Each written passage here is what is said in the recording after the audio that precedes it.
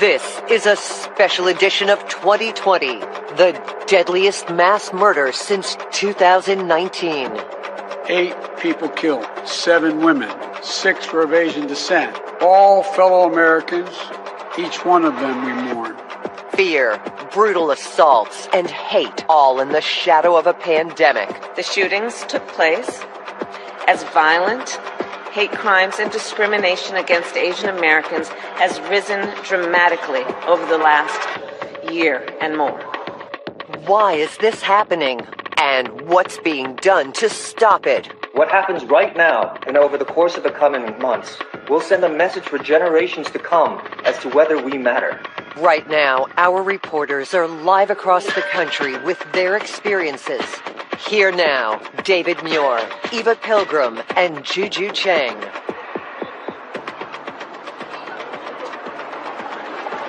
Good evening and welcome to a special edition of 2020, Murder in Atlanta. We come on the air tonight with a nation angry, on edge, and grieving over the wave of attacks against Asian Americans here in the U.S. Millions were stunned by a gunman's shooting rampage here in Atlanta, killing 8 people, 6 of Asian descent. Tonight we are learning more about those 8 victims.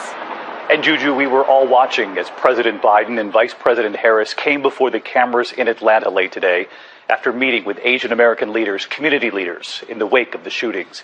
The president calling the meetings heart-wrenching. The president addressing the skyrocketing spike in attacks against Asians in the U.S., calling it a year of living in fear. And Vice President Harris, who is black and Asian American, addressing the loss, the pain, and the work that's now needed. 6 out of the 8 people killed on Tuesday night were of Asian descent. 7 were women. The shootings took place in businesses owned by Asian Americans. The shootings took place as violent hate crimes and discrimination against Asian Americans has risen dramatically over the last year and more. But whatever the motivation, we know this. Too many Asian Americans have been walking up and down the streets and worrying, waking up each morning the past year feeling their safety and the safety of their loved ones are at stake. This week's shooting rampage in Atlanta is the deadliest mass shooting in the U.S. in nearly 2 years. We have covered so many of these tragedies, each making a powerful impact on American lives. School children in Parkland and Newtown, concert goers in Las Vegas. And Eva, in Atlanta this week, of course, the horrific shootings force a nation to address questions of racism, sexism, and the destructive power of words along the way. And so we begin tonight back at the scene in Atlanta. And Juju. David, this nightmare chain of events began unfolding in the Atlanta area on Tuesday night. The gunman opening fire at one business, driving 30 miles to target victims at 2 other businesses, including here at Gold Spa behind me. Authorities say he had been to these establishments before. And for police, it was a race against time to catch the shooter before he could kill again. On a damp and dreary afternoon, terror and horror seizes the Atlanta area as a lone assailant launches an hours-long shooting rampage across multiple Asian-owned spas. Some guy came in and took the gun, so everybody heard the gunshot. We do not have a witness that actually is alive right now that can tell us who shot him. 21-year-old Robert Aaron Long arrives at Young's Asian Massage Parlor in Ackworth, Georgia, 45 minutes north of the city. The man allegedly sits in his car for almost an hour. Then, around 4:50, he enters Young's and opens fire. Police arriving within minutes, finding a massacre. Sounds like a... 4 are dead. Xiaojia Tan went by Emily. She was the owner of Young's and a licensed massage therapist. She would have turned 50 yesterday.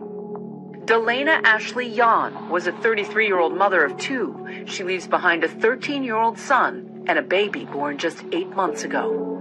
She'd been getting a couples massage with her husband Mario, who was in a separate room and was able to escape.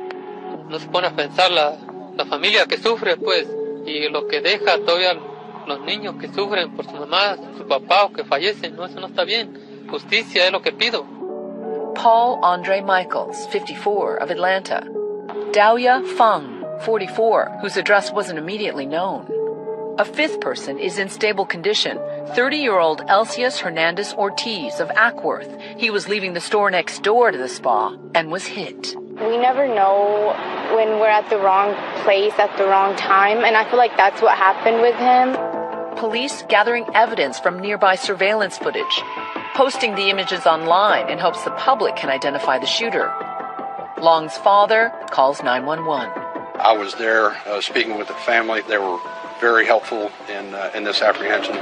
Almost an hour after the first shooting, 30 miles away, police respond to a call about a robbery at the Gold Spa. It's in an area with a strip club and other spas. We just heard numerous gunshots coming from across the street. Inside Gold Spa, officers find 3 women shot. One of them is Hyunjung Grant.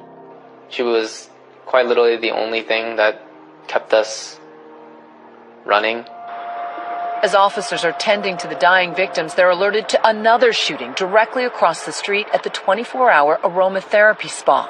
Some ladies got hurt, I think, and everybody's scared, so they're hiding behind.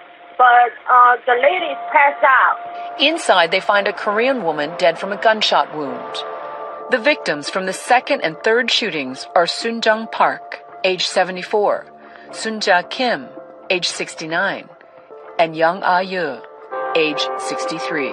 There's so much we still don't know about many of these victims, their identities obscured, in part because of the complicated and highly racialized, even dangerous reality for some Asian women in America. So we need to make sure if we have any Asian spas, we need to be checking on them. Long's parents have also told authorities their son has a tracker app on his cell phone, and it's activated. Authorities locate Long traveling south on Interstate 75, disable his vehicle, arrest him. He apparently has an issue, what he considers a sex addiction, and sees these locations as something that allows him to go to these places, and it's a temptation for him that he wanted to eliminate.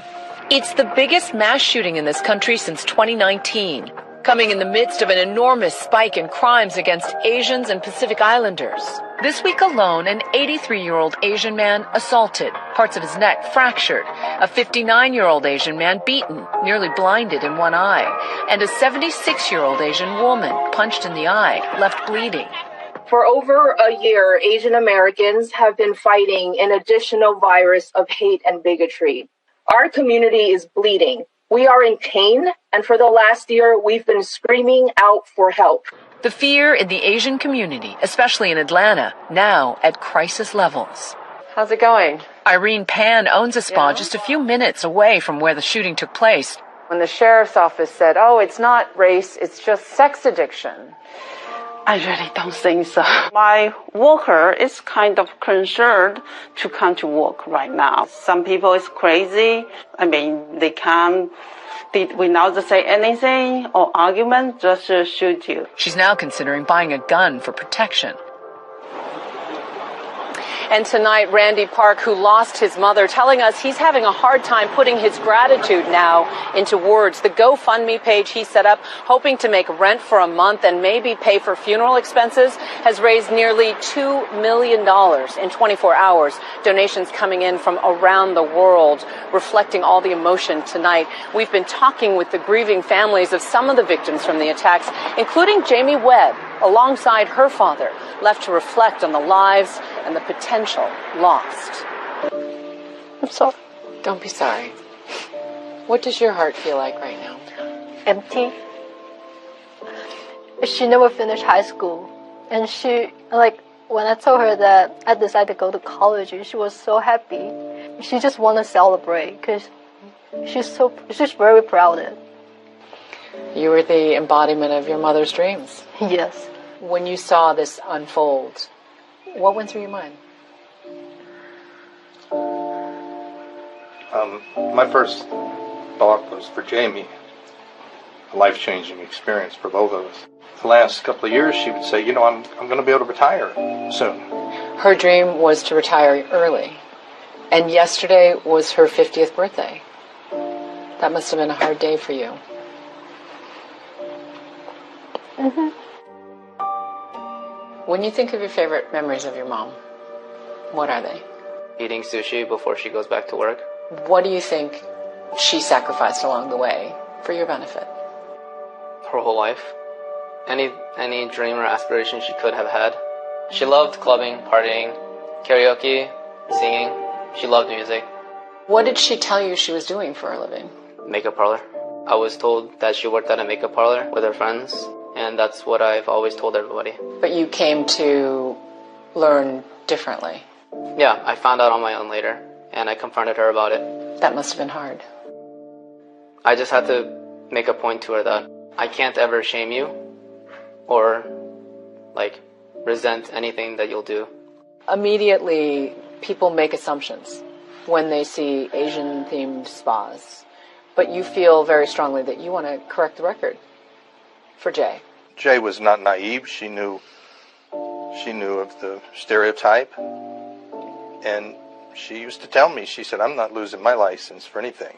Today I visited a Chinese-American woman's spa, and they had those signs on the wall that said, basically, no sex. Your mom had signs like that. I think she does. She said she's going to post it on every single room. What went through your mind about all the things you have to shoulder now? I'm a train wreck at night when I'm alone. What do you miss the most? Her. All of her? Yeah. How do you want your mom to be remembered? That she's a great mother. She wants us to have a good life. That's why she worked so hard. Your mom would be very proud of you. Yes. And I know she was. And you can see the outpouring here, candles and flowers blossoming on the sidewalk in front of Gold Spa behind me, and notes in Korean, and alongside the Stop the Hate hashtags, handwritten notes that say, we stand with our neighbors against racism. David? We certainly do, Juju. Thank you. And as we try to focus on these families, we are also learning more tonight about the alleged gunman, 21-year-old Robert Aaron Long. There remain questions about his motive, and authorities there in Georgia say they have not ruled out whether this is a hate crime. Authorities say he bought the gun he used the day of the shooting on that day, and they believe he was on the way to kill again when he was stopped. Here's ABC's Steve Osinsami. This is what heartbreak looks like across America. The strangers who are joining the families of victims to cry. This is also what it looks like to stand against hate. People of all colors speaking up and marching out for Asian Americans who feel under attack. In all, 8 people were gunned down in this killing spree. And the number one question for the accused murderer, why? The suspect did take responsibility for the shootings. Investigators say that 21-year-old Robert Aaron Long told them he struggled with a sex addiction, and that somehow in his mind he thought he'd fix himself by targeting the 24-hour spas where he was a regular. The gun police say he used, they say he bought it here on the day of the shooting. And if they hadn't stopped him, they think he would have made it to Florida. It is very likely that there would have been more victims. Authorities in Atlanta's suburbs and the city have now charged him with 8 counts of murder. Rodney Bryant is the interim police chief in Atlanta, where the killing spread between 2 spas. I think that people thought that it was all wrapped up once we made the arrest. But now this is where the real work began. What do you think about the chances of this becoming a hate crimes case? It's just too early for me to make that determination because there's so many questions that are left unanswered. You have to look at the victims that we had in the city of Atlanta. All of our victims were female. All of our victims were Asian. There's so much more that needs to be uncovered. The tone is slightly different in the suburbs, where the first 4 victims died and where the accused killer is in custody. This is still early, but he does claim that it was not racially motivated. The sheriff's office in the suburbs is having to defend itself after their spokesperson came across to some as racially insensitive, saying this about the accused gunman. He was pretty much fed up and kind of at the end of his rope, and yesterday was a really bad day for him, and this is what he did. After that, it was a bad day for the sheriff, who removed this police captain from briefings on the case. It didn't help when people discovered this now deleted Facebook post by the same captain telling his friends to buy t-shirts that say COVID-19 imported virus from China. It's the same type of message against Asians that people in the streets are trying to fight. Here in Atlanta, authorities say they get it, and there's lots of work to do. It frightens Asian Americans, not just here but across the country. I mean, people are scared. We recognize the concern and the pain that they are going through. We're here to make sure that this doesn't fall through the crack, that we not miss one stone as it relates to investigating this case. Moments from now, Senator Tammy Duckworth and her concerns about crimes against Asians going unreported. The Chinese virus, Kung Flu. The Chinese virus. It's got all different names. Wuhan. How his racist words are linked to violence against the Asian community. Then, the on-court experience that made basketball star Jeremy Lin speak out. He joins us with his story.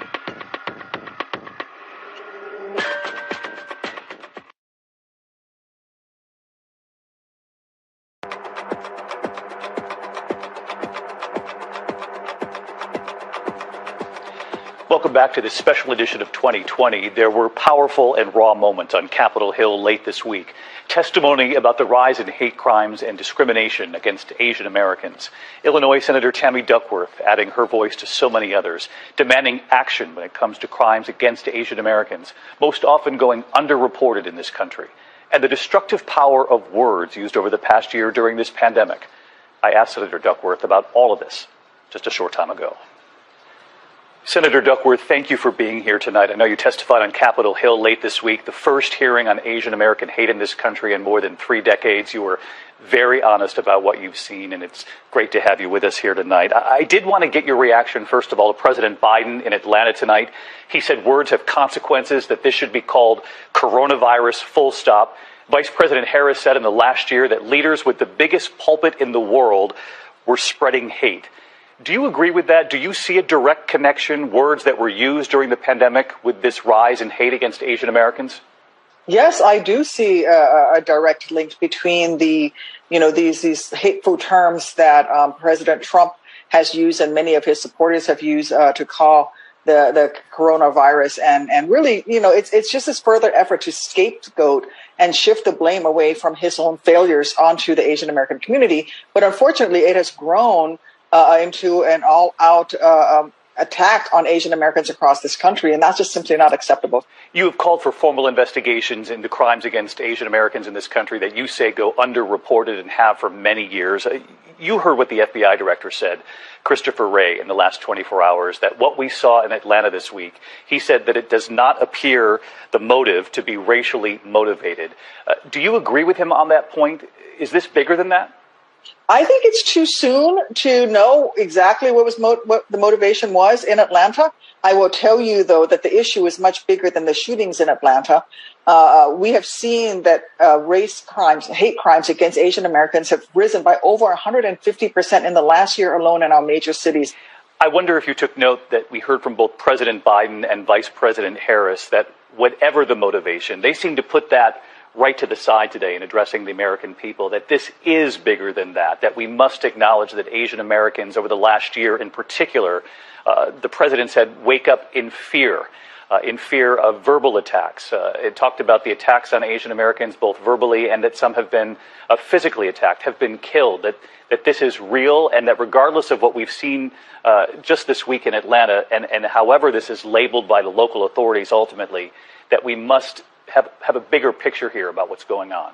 Very much so. I think both the president and the vice president were right on point there to say that this is a bigger trend in the nation and that we have to stop it. And as leaders, we must make it clear that race crimes and hate crimes against AAPIs are not acceptable. They're not acceptable against anyone, but that there is a real problem here where an entire community of Americans have been targeted and scapegoated. And I think that's a key word there that the president used, scapegoating, because that's exactly what has happened to Asian Americans throughout our nation's history. I'm curious, Senator, we heard from that brave son here. He and his brother left without their mother, Hyun Jung Grant. His name is Randy. He penned a letter about his mom saying she is a single mother who dedicated her whole life to providing for my brother and I. She was one of my best friends, he said, and the strongest influence on who we are today. I'm curious, how do people watching who feel for that son, who feel for all of these families here, and who want the hate to stop, and are wondering at home tonight, what can I do as a lone American? What would you say to them? What I would say to them is stand up and speak out when you see instances of racism happening. You have to call out bad behavior instead of turning the other way. We've had Asian Americans attacked in public places and no one comes to their aid. No one comes to their rescue. It happens on a daily basis. Somebody makes racist comments in a grocery store. My own mother, when she goes grocery shopping sometimes, has to endure racist comments, from other shoppers. And the people around them may hear but say nothing. So, every individual can make a difference. You can teach your children that these are racist terms and this is not acceptable. You can model the best behavior and call it out when you see it happening, because it's happening all over the country. Hopefully we've started that conversation here tonight. Senator Duckworth, thanks so much for taking the time for us. Thanks for having me on. Senator Duckworth with us tonight, making it very clear everyone has a role to play, and she really does believe that Americans are not powerless in this moment. And that we can all play a role to call it out and stand with our neighbors. Such an important message, David. President Biden delivering that powerful message in Atlanta earlier tonight, that words have consequences, reiterating this is the coronavirus, full stop. President Biden saying the use of hate words and hateful acts must come to an end. Here's ABC's Zareen Shah.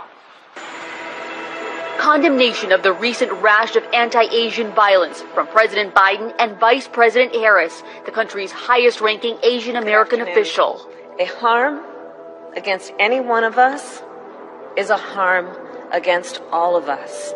Saying hateful words and deeds against fellow Americans must stop. We cannot be complicit. We have to speak out. We have to act. A call for action during the nationwide rise in COVID-fueled attacks on Asian Americans. Videos like this sparking outrage. The senseless death of 84-year-old Thai immigrant Vichar Ratanapauti knocked to the ground while on his morning walk, spurring many to stand up against anti-Asian hate. Seeing these elderly Asians just being attacked viciously, I really was paralyzed. Actress Olivia Munn says her friend's mom was attacked, captured by surveillance cameras. We've been hearing about these attacks for a long time, and especially during the last year when the pandemic was weaponized against Asian Americans. While not all attacks have been physical, the weaponry of xenophobic words can cut just as deep.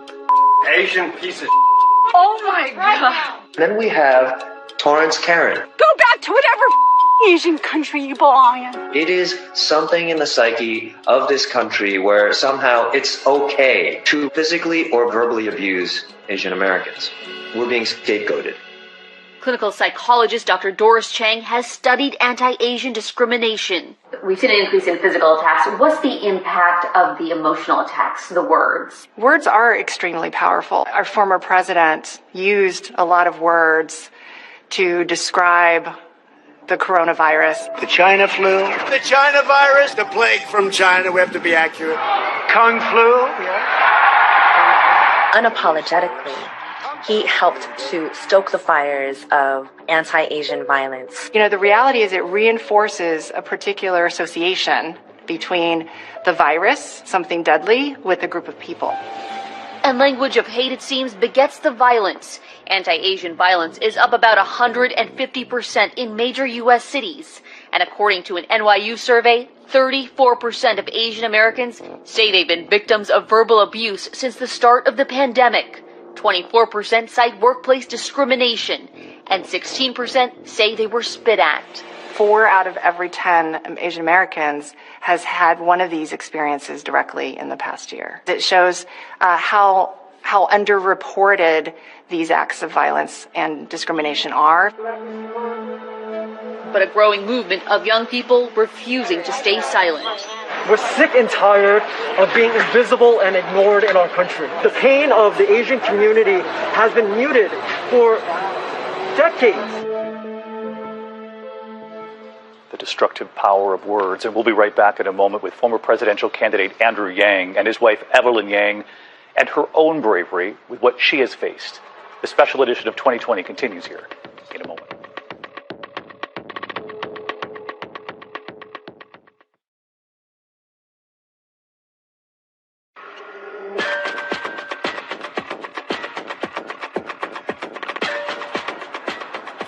And welcome back to our 2020 special, Murder in Atlanta.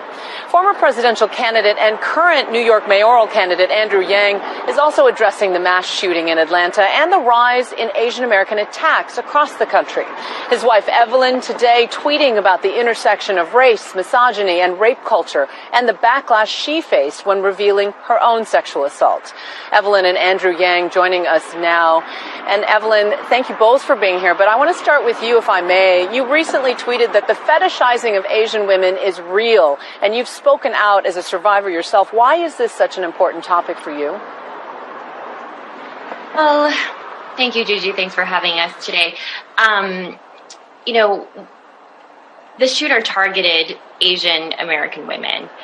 And of course, hits very close to home.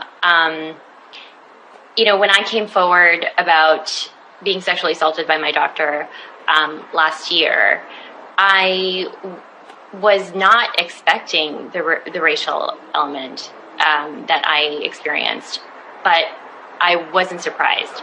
I got some comments that were racially charged, like you wanted his egg roll, and things, other comments that were honestly much worse than that I can't even speak.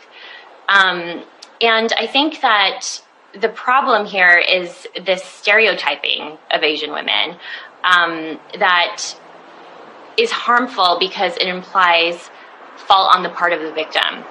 So Asian women are either too submissive and too much of a pushover that we somehow let it happen, or that we're hypersexualized and we were asking for it.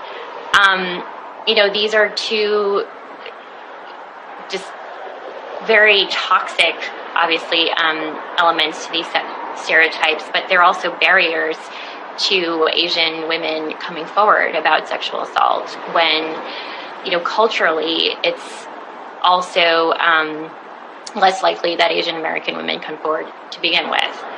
And I think when you look at... I know you both have fought against the cultural tendency towards silence. Andrew, you have been such a staunch ally for your wife throughout her ordeal. How can men be allies in this fight?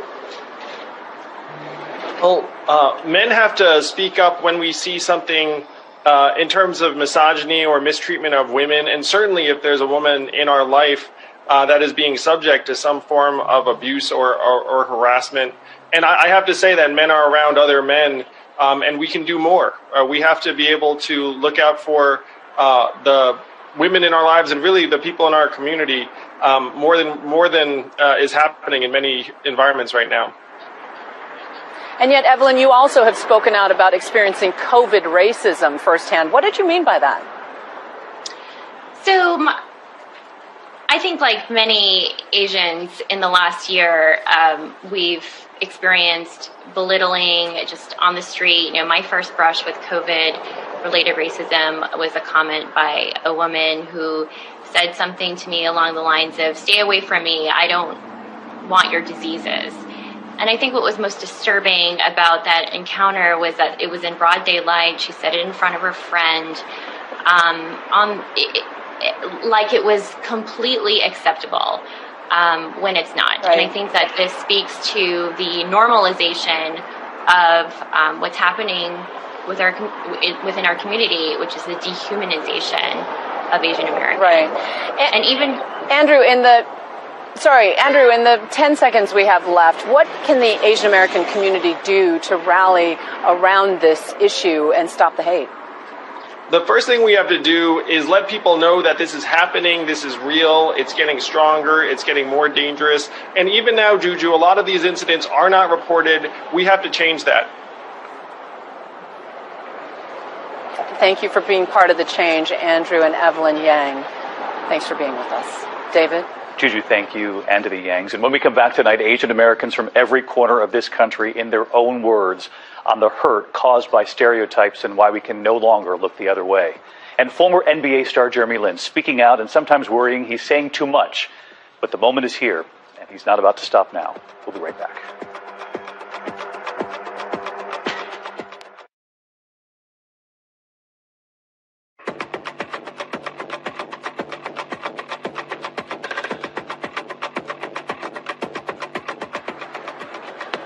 And welcome back to this special edition of 2020. You know, Asian Americans represent people from more than 48 countries around the globe. It's really important to remember that, Juju. And despite that, Eva has reported on how often they're lumped together into a single community here in the U.S. One unifying factor, the history of racism nearly all Asian American groups have encountered, so often rooted in xenophobia and otherism, for generations treated as foreigners who are not full Americans. Almost as soon as Asian immigrants set foot in this country, ethnic scapegoating followed right behind. Chinese workers in the mid-1800s helping to build the railroads heard they were taking American jobs. Asians were never regarded as Americans, meaning that they were never given citizens' rights at the beginning of the Republic. In 1871, a violent mob in Los Angeles lynched at least 17 Chinese residents, a massacre fueled by white resentment toward the growing immigrant population. In 1882, the animosity led Congress to pass the first and only law restricting an ethnic group coming into the country, the Chinese Exclusion Act. It lasted until 1943. You make them the other through legislation, such as the passage of the Chinese Exclusion Act. To be an other is not simply, oh, you're someone else. You know, you're just not an American. It's not like that. It's also about the process of being objectified, of being less than human. Soon after, what many consider one of the most shameful moments in American history, Japanese Americans treated as the suspect enemy in their own nation, placed in internment camps during World War II. 2/3 of those Japanese Americans were U.S.-born Americans, and they were forcibly relocated and incarcerated without due process. For decades, Hollywood has both reflected and reinforced portrayals of Asian Americans as perpetual foreigners, from Breakfast at Tiffany's to 16 Candles. What's happening, hot stuff? Turning racism into laughs. When you see nothing but that clownish, that buffoonish image, that implacably alien image constantly being painted on our faces, then it's so much easier to not think of us as human. But of all the racist stereotypes, some of the most insidious are those that hypersexualize Asian women, frequently portrayed as sex objects, like in Austin Powers. Austin Powers is very sexy. Or the submissive women in massage parlors, like in Rush Hour 2. Oh my goodness. Asian women as the focus of the Western male gaze is nothing new, playing out in real life with the U.S. military in Asia fueling sex industries that exploited Asian women. But it's this scene from Full Metal Jacket that has permeated American culture like few others. Me love you long time. Those words used repeatedly in movies like The 40-Year-Old Virgin. Me love you long time. And TV shows like South Park. Me love you long time. Those are the lines that people remember, and it haunts us. Images have power. Stories have power. Activists say the toxic mix of racism and misogyny in these portrayals influence the way Asian women are treated in society. When you think of humans as objects and when you erase their humanity, then it is no surprise that our lives are seen as worthless. In this year of racial reckoning, AAPI activists say the attacks must end, and that starts with stamping out the underlying conditions of otherism and racism that feed violence. Racism and xenophobia are national problems. The only way to survive this pandemic, the only way to survive these violent attacks is to work together and recognize our common humanity. And so many voices have been speaking out about the spike in Asian American attacks. One of the most vocal, former NBA star Jeremy Lin. Jeremy Lin joins us now. And Jeremy, I know you started speaking out because something happened to you on the basketball court. Tell us about that. For me, I was just playing and was called coronavirus during a game. But, I think that was just kind of a microcosm of everything that has been happening, the rhetoric from the previous administration. And again, a lot of these microaggressions or things that you guys have been talking about just now in the video. And it's starting to come out in different ways. And what I went through was just verbal. It was just a verbal thing. And I'm not saying that that's okay, but I'm saying what we're talking about and what we're seeing right now are physical acts of violence. We're seeing lives being taken, and it's not okay. And we cannot say nothing or do nothing. We must speak out, and that's what I plan on doing, and that's what a lot of other people are doing right now as well, which is encouraging. You've actually recently said that you worry that you're encouraging more hate by speaking out. Why is that? I mean, it's just human nature for me to think, man, am I making a difference? Am I helping things trend in the right direction? And for me, I'm kind of thinking as I've been monitoring everything, it seems like things are getting worse by the day, by the week, that there's more headlines, that there's getting more and more ridiculous acts of violence. And so sometimes I'm wondering, are these headlines enabling other people? Is me speaking out causing more hate and more division? And these are natural questions and that I'm wrestling with and thinking through. But at the same time, it's like, man, we're at a critical juncture. And I feel like it's really important to speak out and to say something and to stand up and to be a voice for some of the people who might not have that voice to be heard, which is really, really sad. So my question to you is, where do we go from here? There's so many stereotypes about Asian men. You're an athlete. We barely ever see Asian male athletes as public figures. How do we change that narrative? I think and I love the clip that you guys showed. We're able to see that as multi-generational and systemic, right? So this is not something that is going to change overnight, and this is not something that is going to happen easily. This is going back even to the railroad. If you look at the railroad, Asians built 90% of it. And then when you think about the way that it was marketed or the pictures at the very end, when they finally put the last pin in and they nailed it down and all this, and there's no Asians to be seen in the photographs and the media and the marketing. And then it goes from there and you see the Exclusion Act and the Japanese internment camps and different things like that. This is a long, deep rooted issue. But what we can do right now is just to talk and bring awareness around it. And I think at the very least, if anything, by talking about it, more people will hear. There will be more accountability. And I think naming and having the issue be upfront in conversation is the start of it. And then it's going to be on policymakers and different things going forward. But at the very least, that's where we can start right now.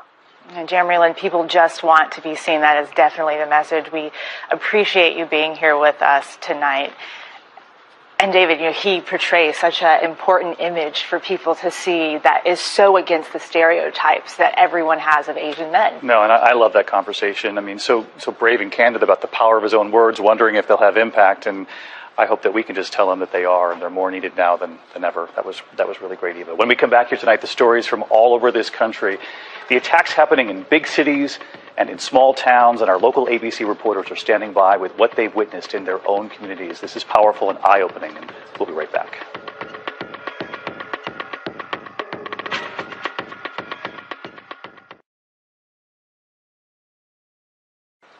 The rise in Asian American attacks making headlines across the country, communities from New York to Oakland and San Francisco. Of course, the big cities and the small towns all across this country, every incident raising the level of fear and anger, not just in the Asian American community, but really everywhere. And we want to bring in our reporters from some of our ABC stations across the country, beginning with Safan Kim from WABC here in New York. And Safan, we watch your reporting on a daily basis, and I know that you've reported so often on how difficult it is to actually prosecute hate crimes.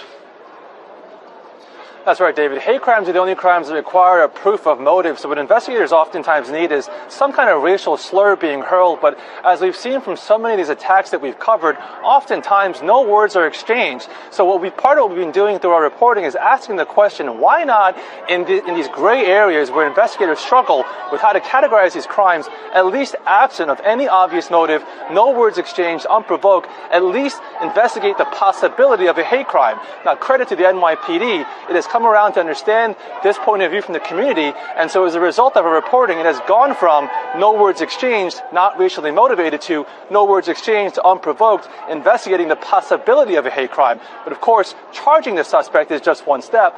Prosecuting is a whole other challenge. So here in New York, there is a movement to change the definition of a hate crime. David? Safan, great to have you with us here tonight. And stick with us here. We want to bring in Nydia Han from our ABC station, WPVI in Philadelphia, who wrote an op-ed in March of last year in the Philadelphia Inquirer about the hateful speech Asian Americans were experiencing due to COVID. And essentially what she wrote came true. And Nydia, I know that was right at the beginning, and you've described subtle racism against Asians being ignored. What do you think people can do to combat this? Eva, an honor to be with you tonight. One way to combat subtle or casual racism is to educate by calling it out for what it is, damaging and unacceptable. We know words, pictures, so-called jokes have a profound impact, perpetuating this false notion that we are the forever foreigner or the enemy or people to be objectified. And the violence we're seeing today is deeply rooted in those very sentiments. So let me give you two examples of what can happen when we call out and shine a light on this kind of behavior. In Philadelphia, a hoagie shop posted a racist menu item, something it called COVID mac and cheese. A labor union board member posted a racist meme on social media. When those stories were amplified, the menu item was removed and the labor union board member resigned. Those are real results, real consequences. And Eva, I think that is one way we can change our narrative in this country. Nydia, there's power in speaking up, that is for sure. Thank you. And now we go to Dion Lim from our ABC station KGO in San Francisco. Dion has quite a reputation for digging the stories up there, and a lot of your reporting, Dion, I know has come about because victims have found you on social media. They've used direct messaging because that's where they feel safe enough to tell you about what's happening in your community. That's right, David. These are victims who are at the lowest points in their lives. They are petrified, and the last thing they want to do is report their crime because of a number of reasons. They're afraid because they don't think others will believe them, or two, maybe there'll be retaliation. So what they do is they go to social media where they can feel a connection with me and therefore share their story and be empowered. It's a very special thing, David. All right, Dion, thank you. And thank you at home for watching. This is just the beginning from all of us here at ABC News. Good night. Tonight, a notorious murder back in the national spotlight. Just this week, a wildly controversial parole decision. Is a convicted killer now walking free? An all-new 2020 starts right now. Pound for pound, one of the greatest true crime stories of all time. This would turn out to be a notorious, surreal case. A woman brutally murdered in cold blood. Investigators at the time believed that Sherry Rasmussen was the victim of a burglary that had turned into her own murder. As I walked in, there was blood. She was literally clawing at the front door, trying to get out. People were on edge during that era. And add to that, we were the serial killer capital of the world. It's like being hit by a train. Just like being hit by a train. I don't usually talk about that day or that time. How soon was it after the murder that your father and your mother started to think that maybe this wasn't a robbery? I assumed it was going to be burglars, male burglars. And there was another piece of evidence that caught the attention of investigators. a bite mark on Sherry's forearm. A suspect that the LAPD could never have fathomed.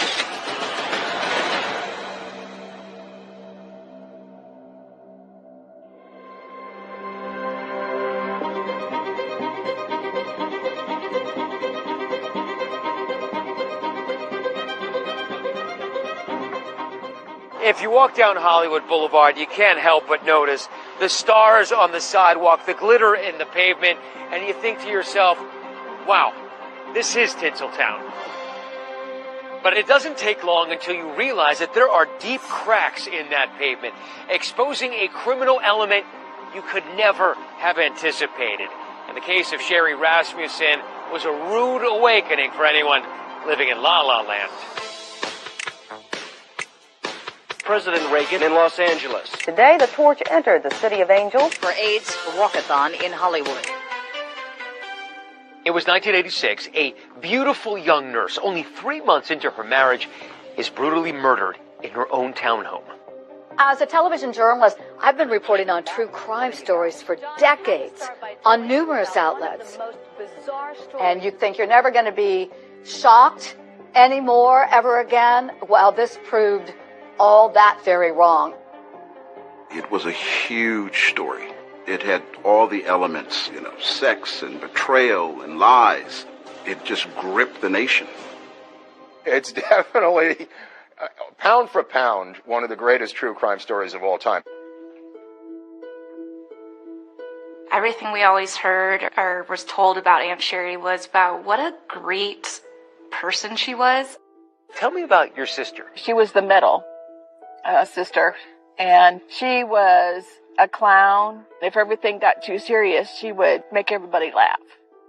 She had a very unique little giggle. Uncle John and Aunt Sherry are spending Christmas with Rachel on her first Christmas. Sherry was all about family.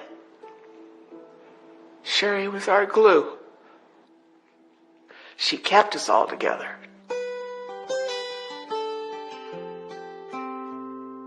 From a young age, Sherry, the middle child with that infectious giggle, seemed mature beyond her years, according to her sisters, Connie and Teresa.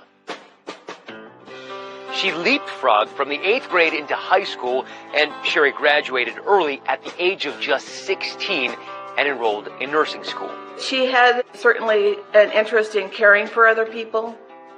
By the time she was 21, Sherry was fearless and determined, and she moved from her hometown of Tucson, Arizona to Los Angeles.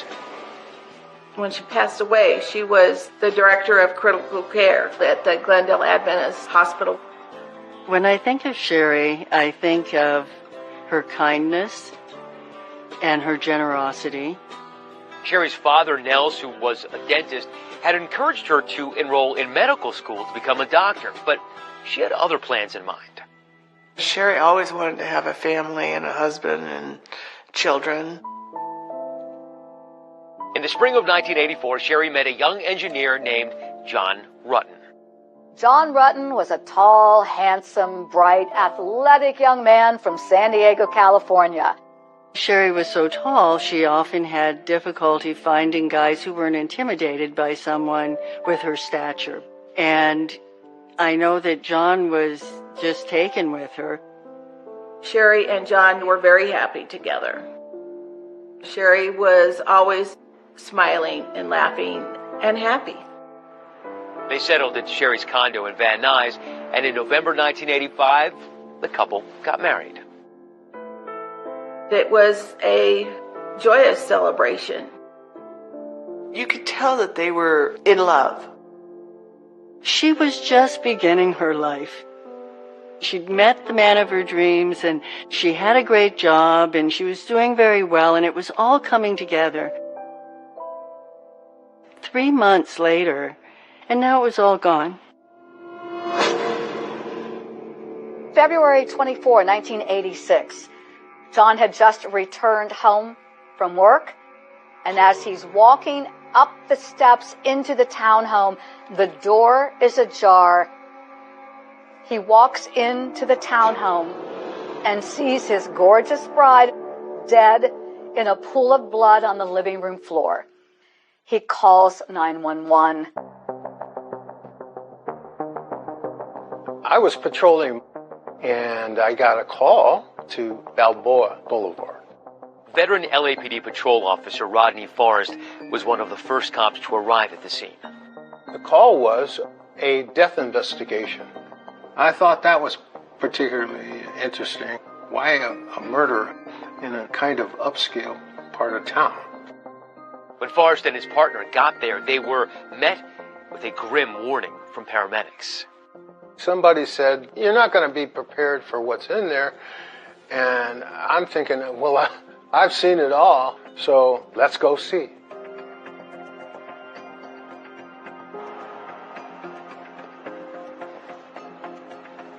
Oh, wow. Well, this brings back memories.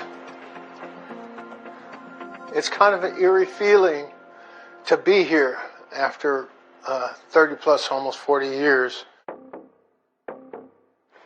As I walked in, I saw Sherry Rasmussen on the ground. She had been covered with a towel, and one of the paramedics raised the towel for me to see her face, and she had considerable trauma to her face, and there was blood. I thought after that, this is actually a murder. At that point, Officer Forrest called the LAPD's Van Nuys division to notify the homicide unit, which took over the investigation. It's a horribly violent crime. Bruises all over her body. The struggle ensued for quite some time. My partner went upstairs, checked the upper floor for any suspects, and there were no suspects still around. Investigators knew that something catastrophic had happened to Miss Rasmussen. You think, given the ferocity of that fight, that somebody would have heard something? You would think. It was a heck of a fight. I mean, Sherry fought for her life, literally. That night, news of Sherry's murder reached her family in Tucson. I'll probably never forget it, unfortunately. My dad called me to tell me that Sherry was dead. And I was like, I certainly didn't believe it. Beyond the pale. Yeah. I was like, no, what are you talking about? That's not true. And he said, no, it is. And then I started screaming. In the wake of Sherry's murder, her family struggled to understand what had happened. Could this be the result of the rampant violence that had plagued the city of Los Angeles in recent years?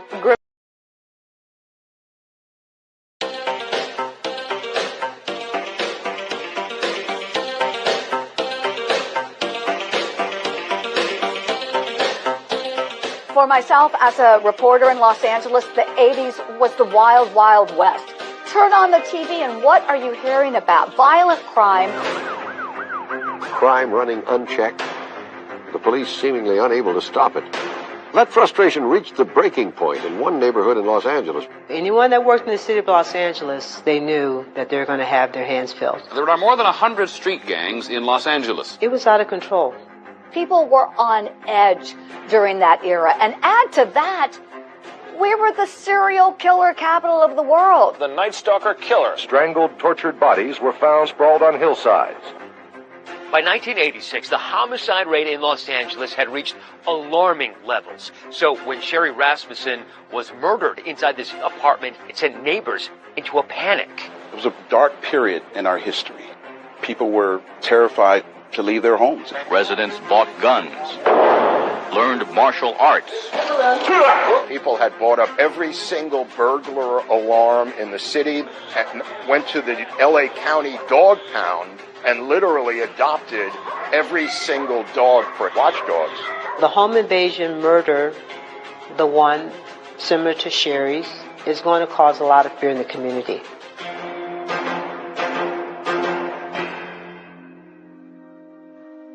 People were nervous. It was certainly a shock for me. Alan Tarski lived across the corridor from Sherry, but he says he wasn't home at the time of the murder.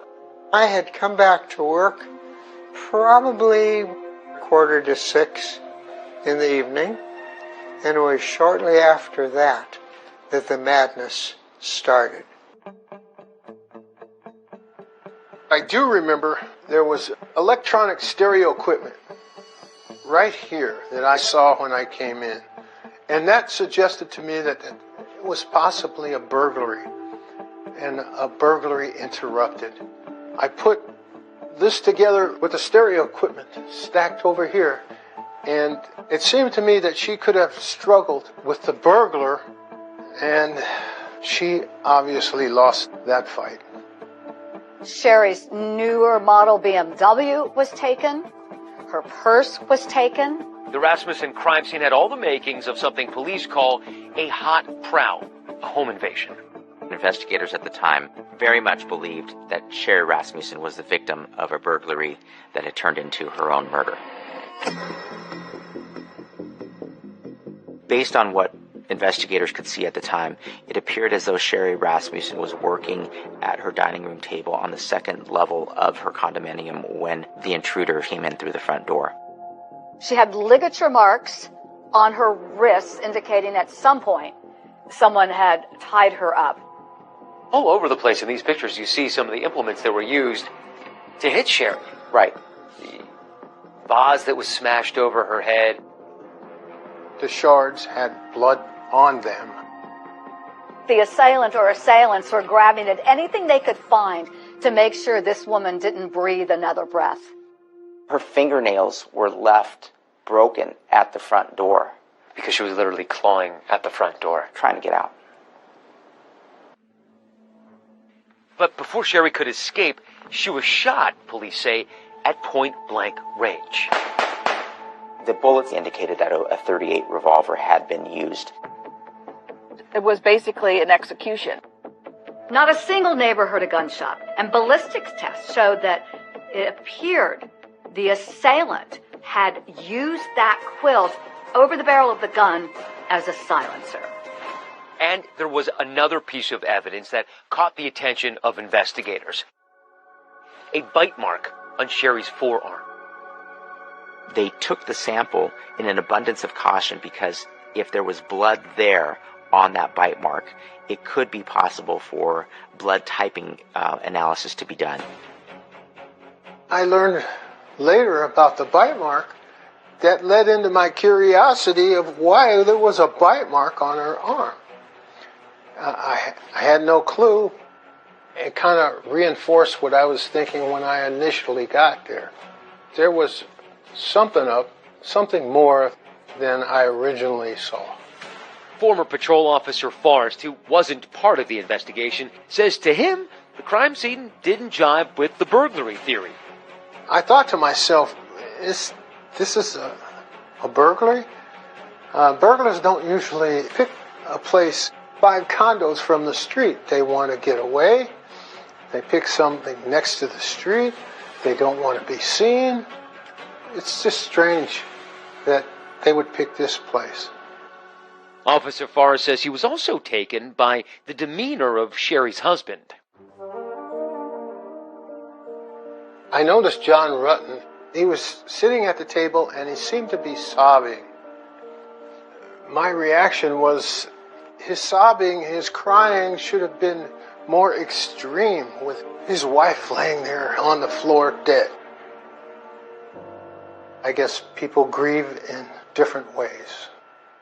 Did you see John at any point directly after the murder? We saw him at the Van Nuys police station, and I do remember that he didn't have any marks on him.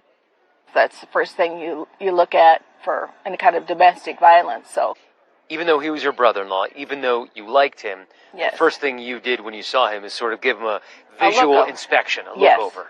Yes. Did you talk? We weren't allowed to talk to him. They were keeping everybody separated. Because the first suspect in murders like this typically is. Rutten wasn't permitted to speak with Sherry's family, but on the night of the murder, he sat down with investigators at the LAPD's Van Nuys station. You didn't harm your wife, did you, John? The question for investigators is, was he telling them everything they needed to know to catch a killer?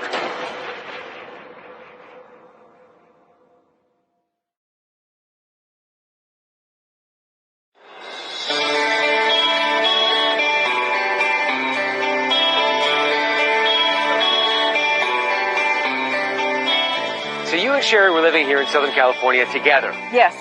How was that? It was fun. Actually, we also gained Teresa, so all three of us were in a mobile home together at Loma Linda. Oh, wow. The 3 daughters? That must have made your dad so happy. Yeah. I've kept a lot of Sherry's clothes. Now it's all back in style, right? The 1980s are all coming back. I remember her telling me that she had met John. What was your impression of him once you met him? He was very likable. They made a really cute couple. They were both tall, thin, athletic, both driven with their careers. It was a whirlwind romance, and within a year, the two were married. And did she seem like she had it all? Yes. She had a new job that she enjoyed, just got married. She was a new aunt. We were really looking forward to the future. Family was just so important to her, and you can really see that in the photos and just how happy everyone was together. Sherry really loved Christmas. Here's Aunt Sherry. It was one of her favorite holidays. Here's John holding his baby niece, Rachel. Everybody here thinks there's going to be a baby rotten pretty soon. I think they better talk to Sherry.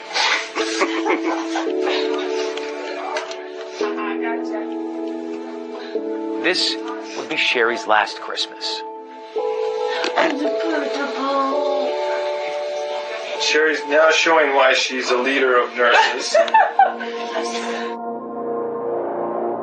Just 2 months later, Sherry and John's love story came to a tragic and sudden end. And in the aftermath of her murder, questions would linger. When you're going through this process, you're pretty much helpless because you have no control. I mean, the information you get is what they give you. Nels Rasmussen was determined to find out what really happened to his daughter. And so were the police, who wanted answers. On the night of the murder, Detective Lyle Mayer questioned a very emotional John Rutten on what he knew about the day Sherry was killed. She had everything going. I mean, Hey, so do you, buddy. Hey, John, for a couple of minutes, I need you to be tough for me, buddy. Investigators looked at every possible direction. Of course, they looked at John. What was the first thing you saw? well, I saw Sherry lying on, it's right in front of me when I walked in the door. I saw her lying on the ground. I knew right away that she was dead. He was shaken up that evening. He did his best to give an interview that helped investigators. At one point, Detective Mayer asked Rutten a very difficult question. You didn't harm your wife, did you, John? No, I didn't. You didn't harm your wife. Okay, very good. John Rutten agreed to do a polygraph examination, and the results came back inconclusive. But he had a rock-solid alibi. He was at work that day. He'd left work, he had stopped and picked up his dry cleaning, and then came back between 6 and 7 p.m. and found his wife murdered in the living room area of the house. Detective Mayer believed the murder had happened in the early morning hours after Rutten had already left for work. When I left, she was in bed, but she was awake. What time did you leave for work? 7:20 is when I left. What time did you get to work this morning? I got to work about 10 to 8. In the eyes of Lyle Mayer, the lead detective, John Rutten was legitimately and seriously a grieving husband. They didn't feel he was hiding anything, and as far as they were concerned, he was not a suspect, and they told him so. I'm usually a pretty good judge of character, but I'm fairly certain that you have absolutely nothing to do with this. Okay? Mayer basically made a decision that night based on the evidence that he saw at the crime scene that this was a burglary gone wrong. I believe your house was burglarized today. Once those persons, or that person, or whoever was inside, I believe they were trying to steal your stereo and probably some other items. Why would they do anything to her? Why wouldn't they just run? I don't know, John. I don't know. John, things happen, okay? I think Sherry came down the stairs, and I think she surprised him, and she was hurt. She was shot. Oh, God. And Detective Mayer was so convinced he'd solve the case, he even told John Rutten. John, I know how you feel. I know what you're going through. But we're going to catch these persons. Or this person, all right? You got to have a little faith in me. But we're very successful at what we do. Very, very successful. At this point, detectives don't have a single witness. They have no murder weapon. They have no fingerprints. For even seasoned detectives, there's a lot of work ahead. But there will soon be a break in the case. These are sketches that were LAPD issued. Right. Would another home invasion in the same neighborhood lead investigators to Sherry's killers?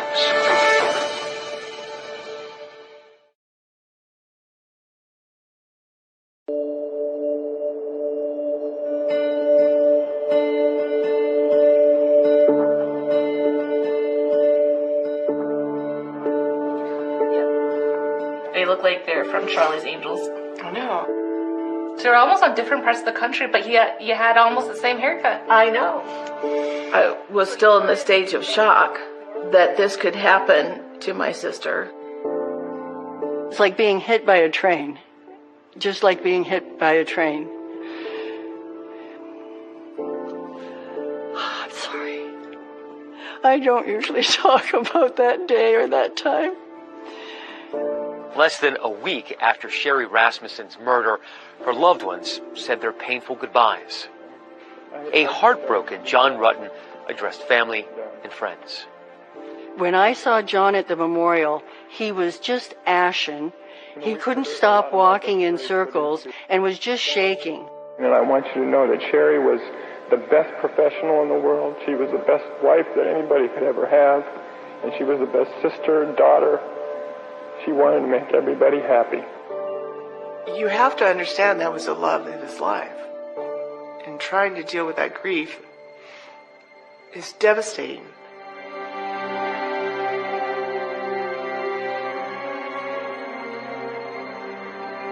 Back then, investigators wasted no time theorizing what they think happened to Sherry Rasmussen.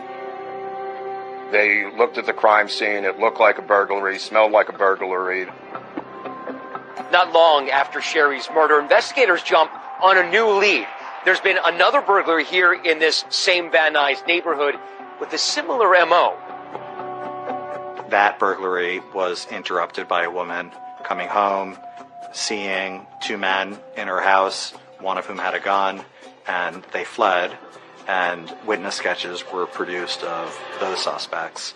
These are sketches that were LAPD issued. Right. These composites were attached to this case.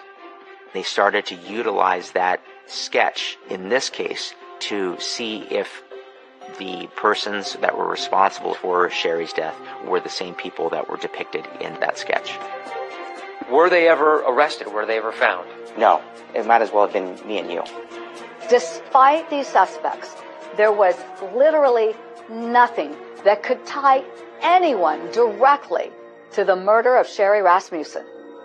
On the surface, it appeared to be a burglary gone wrong, but not everyone was convinced.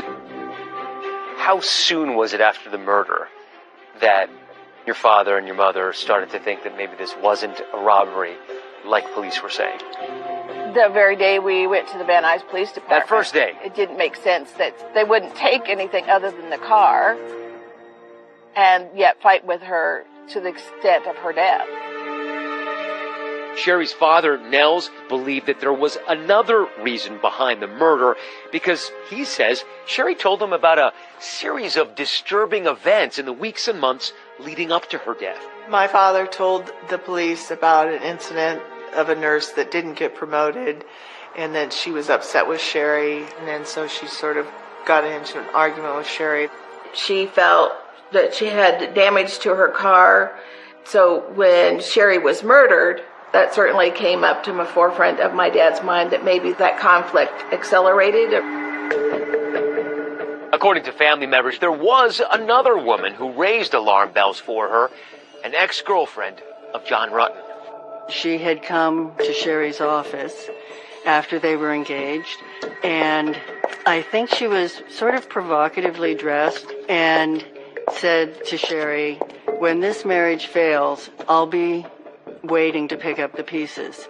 And Sherry said, don't worry, we won't be needing your services.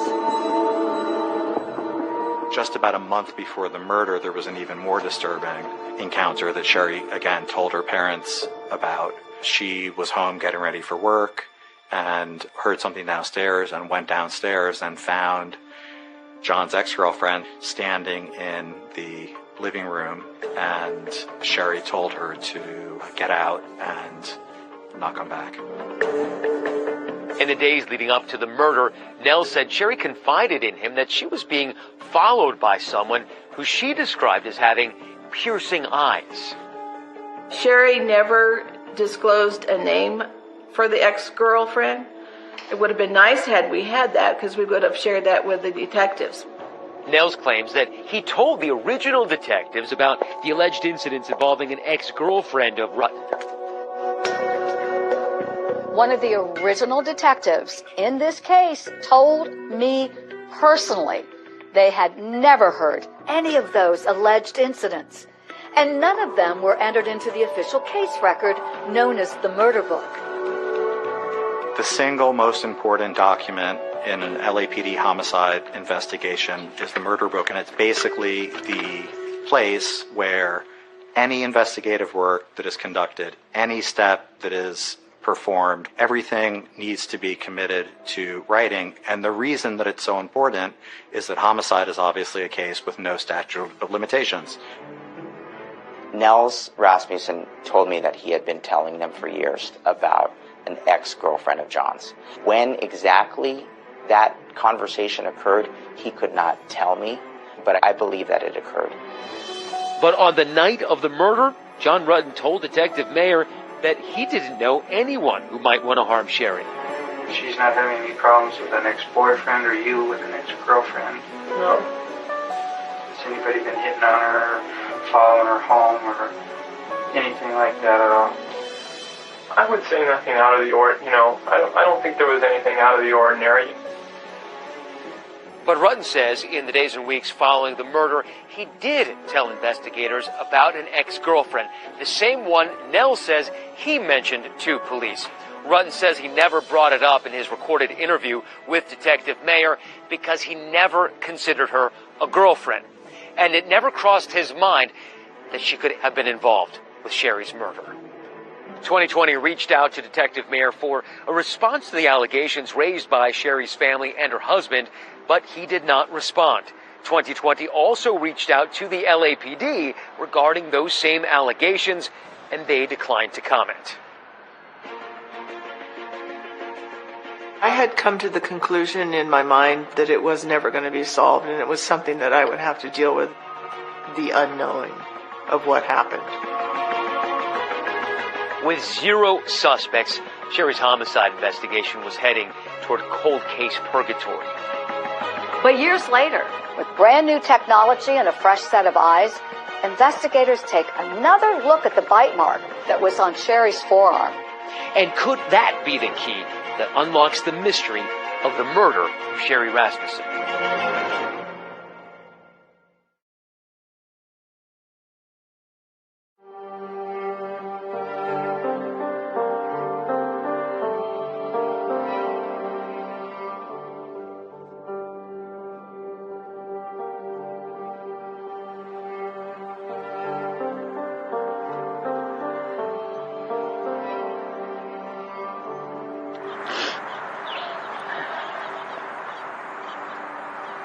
Times like this, I just need a tissue attached to me. It has been very difficult to continue to live without Sherry. Sherry was like the bridge to kind of pull us all together.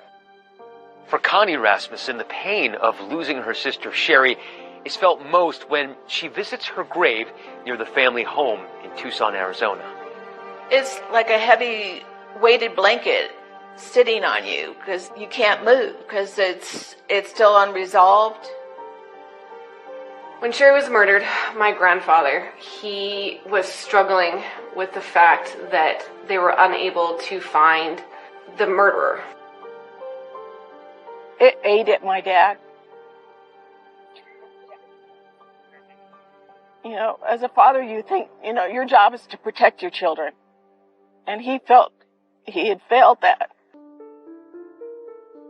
Sherry's father, the late Nels Rasmussen, gave this interview shortly before his own death in 2020. It's probably difficult for people that know me that I hang on the way I do, but I'm learning every day how to deal with this. And I still don't have all the answers. I probably never will.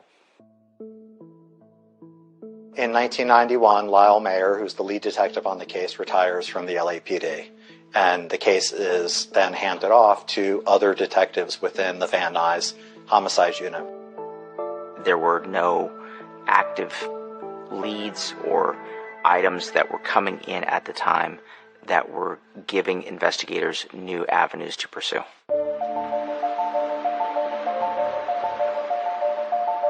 I never thought that time was going to help solve the case, that it was going to ever get solved. After Sherry's murder, time seemed to stand still for her family. But the decade that followed would bring a new chapter to the City of Angels. The beating of Rodney King.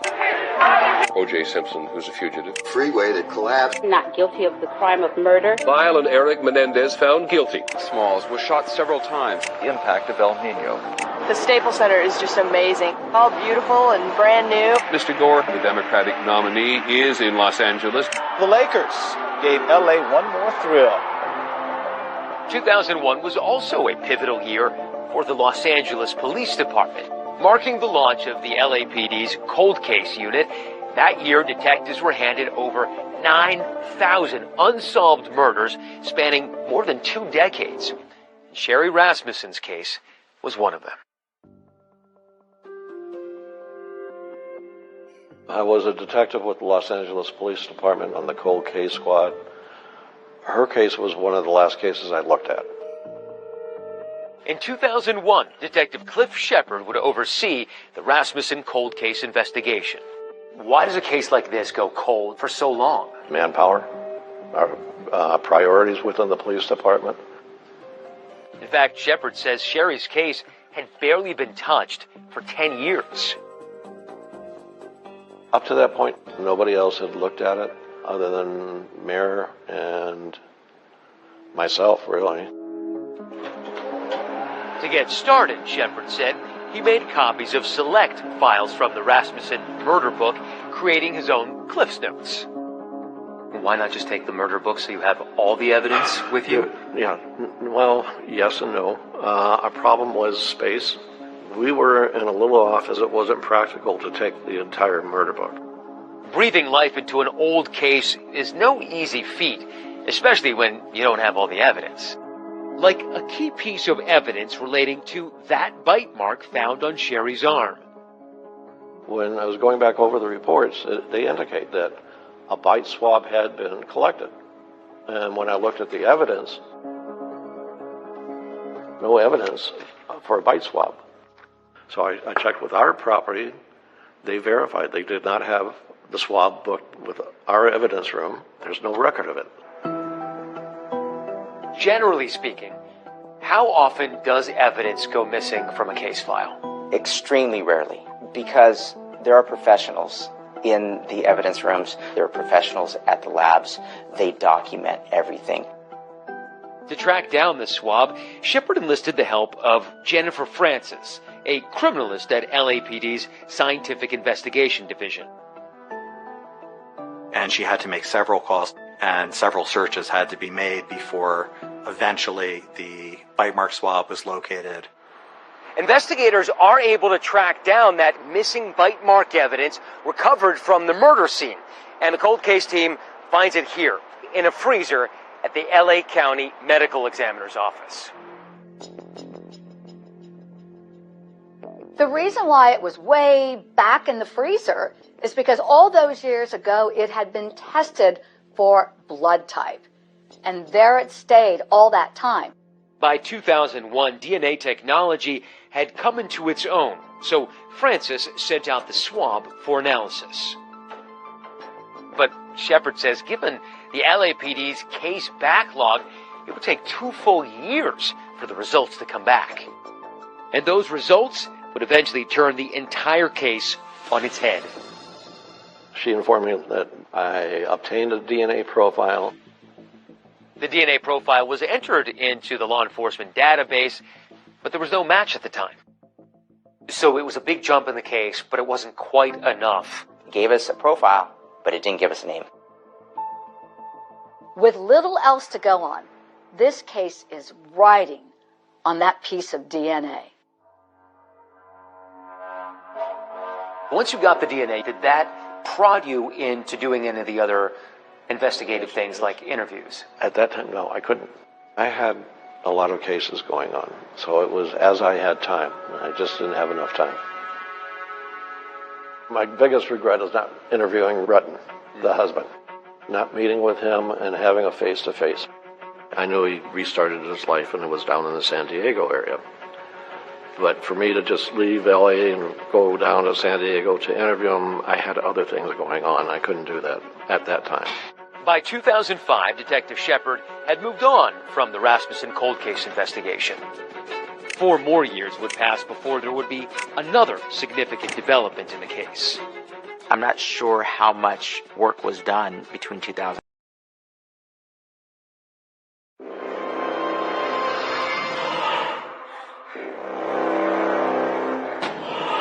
I can't remember ever covering a case like this.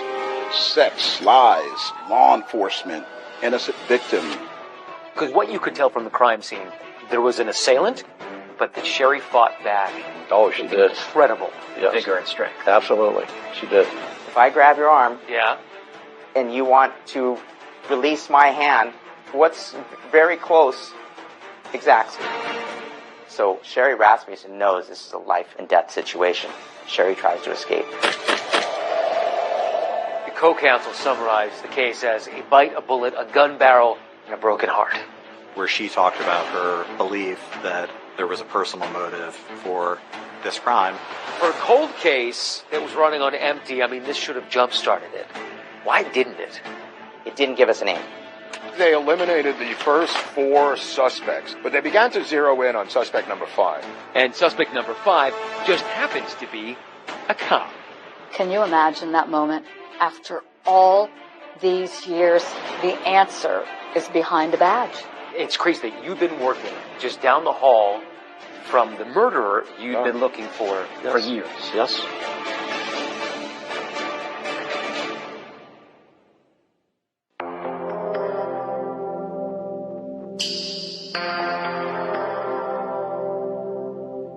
February 24th, 1986, investigators get a 911 call to respond to the condominium of John Rutten and Sherry Rasmussen.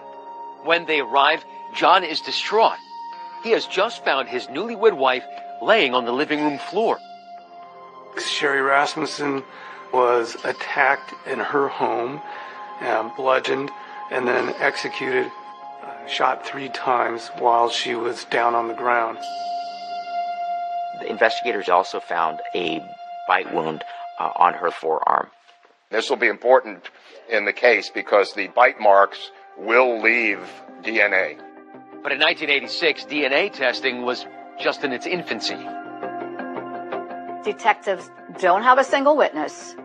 They have no murder weapon. Nobody really saw anything. Detectives at the time characterized it as a burglary gone wrong. And the trail went cold for 15 years. But in 2001, the LAPD formed a new cold case unit to look into cases that would qualify for DNA testing. Investigators had reignited that cold case on the back of DNA evidence stored here. Criminalist Jennifer Francis, who'd been instrumental in tracking down and testing the bite mark swab, had a stunning revelation. It was female DNA. I assumed it was going to be burglars, male burglars. A female who is she? Once you got the DNA, you realized it was a woman. Were you curious about the fact that a woman might have been involved? I was curious what woman. This could be the break that the LAPD needs. I think there are times that we felt Sherry's case would never be solved, but with the results of the DNA, it gave us renewed hope that Sherry's killer would be brought to justice. The DNA analysis that revealed Sherry was bitten by a woman seemed not to have any effect on the direction of the LAPD's investigation. Because what you could tell from the crime scene is that there was an assailant, but that Sherry fought back with incredible vigor and strength. And I thought, okay, we've got one with the gun, doesn't want to use it. The other one's, presumably the female who helps her partner out when he's starting to get beaten up. By 2005, Detective Shepard had moved on from the Rasmussen cold case investigation. The bite mark came back to a female when it was tested for DNA back in 2005. For a cold case that was running on empty, this should have jump-started it. Why didn't it? It didn't give us a name. It gave us a profile, but it didn't give us a name. 4 years went by with no forward momentum. But in 2009, a detective by the name of Jim Nuttall, assigned to the Van Nuys division, received the Rasmussen case file to check for updates as part of cold case standard procedure. One of the first things that Nuttall notices is this 4-year-old DNA report by Jennifer Francis that indicates that it was a woman who attacked and killed Sherry. And he just isn't buying the burglary story. Near the door, there were stacked stereo components, which ostensibly you'd think the burglars were going to grab on their way out. It made him believe that the murder occurred first and that they were intentionally left there. Nuttall and his team of detectives believe that this may have been personal. They conduct new interviews with those close to Sherry, including her parents and her husband, John Rutten. He wanted to exclude all of the potential female sources or female individuals that were surrounding Sherry's life at the time. The detectives make a list of 5 women in Sherry's orbit and eliminate them as suspects one by one. Sherry's mother and sister Teresa were on the list, as was her good friend Jane Goldberg. They took my DNA. The one detective came unannounced, and he said, I'm just coming to get a DNA swab. The first 3 suspects on the list were able to be eliminated almost immediately. The 4th name on the list was a nursing colleague. There was an indication of tension and bad blood between them. Investigators obtained a DNA sample from her, which didn't match that from the bite mark. They eliminated the first 4 suspects, but they began to zero in on suspect number 5. It's suspect number 5 that grabs the attention of detectives. Rutten told Detective Nuttall about an old friend and former romantic partner named Stephanie Lazarus. Once number 5 was developed by Detective Nuttall, Detective Nuttall spoke to John Rutten again to learn a little bit more about his connection with Stephanie Lazarus. We want to walk you through a timeline. It's very important. Starting, we believe we're close, but we'll have to have you kind of spell this out for us. Rutten tells Detective Nuttall that Stephanie Lazarus is a name he's already given to detectives decades earlier. I know that she went to go see Sherry, and I know that she was upset, that we weren't going to have the relationship. That's the reason for identifying her. That's the reason I identified her 23 years ago, when we talked. One of my concerns is that was never, appears to be recorded. And we know files. I'm not trying to be inflammatory. There's a certain level of frustration on our part. Yeah, more should have been documented. We're now forced 23 years later to literally almost start over again because we lack the documentation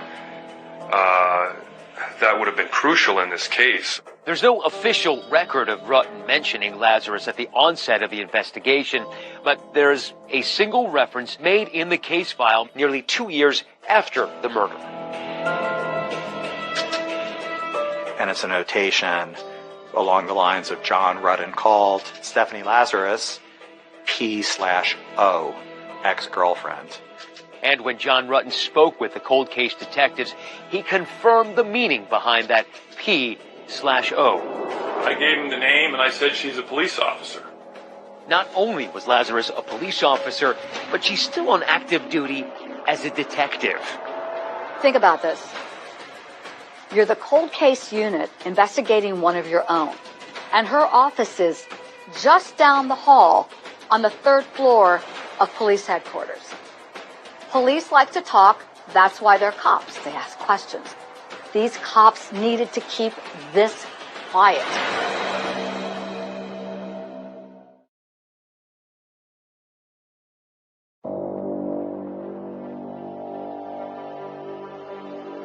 For over 2 decades, Sherry Rasmussen's murder went unsolved.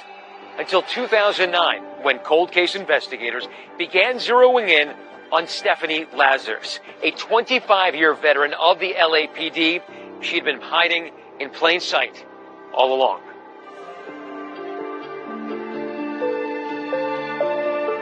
She presented herself as very smart, capable, athletic. She was a Division I athlete. Lazarus's connection to the Rasmussen case was through Sherry's husband.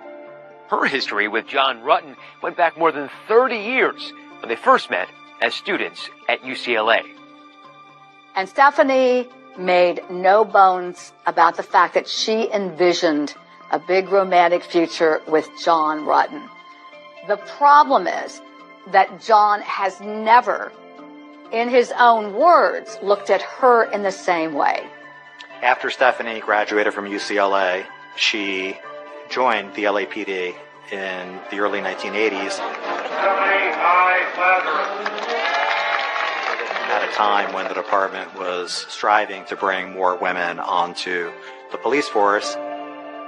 She seemed to excel and do well in specialized assignments, but it was always competitive. And that competitive fire, coupled with being a stellar athlete, was a perfect entree for Lazarus to participate in the California Police Olympics. The California Police Olympics were an athletic competition open to police officers throughout the state. Anita Ortega was one of the other few female LAPD officers at the time and a teammate of Lazarus. Stephanie was an outstanding athlete and a basketball player. I thought her tenacity was incredible. She never quit. She may have been tenacious on the hardwood, but off the court, Anita got to know a softer side of her teammate. Seemed like a very nice person, always energetic, this happy-go-lucky kind of person. Really enjoyed hanging around her. Stephanie shared with me that she met her boyfriend John at UCLA. Said he was a great guy. I never met him, but I thought they were going to get married. Thing was, not only was Lazarus not dating John in the summer of 1985, he was engaged to Sherry Rasmussen. Stephanie never mentioned Sherry to me or the fact that John was in another relationship. But entries in Lazarus's own diary seemed to reveal her despair after learning that Rutten was getting married. Stephanie Lazarus had a 600-page diary. What was the story that it told? There were these tidbits of information right up to the wedding, right up to the killing, where she was indicating to herself how despondent she was.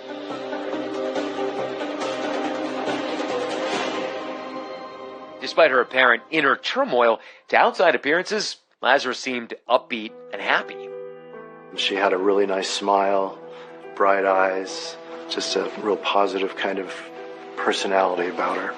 Fitness trainer Brian Brazzi says he had an immediate connection with Lazarus, but then just a few weeks after meeting, Brazzi says there's an odd encounter at his apartment.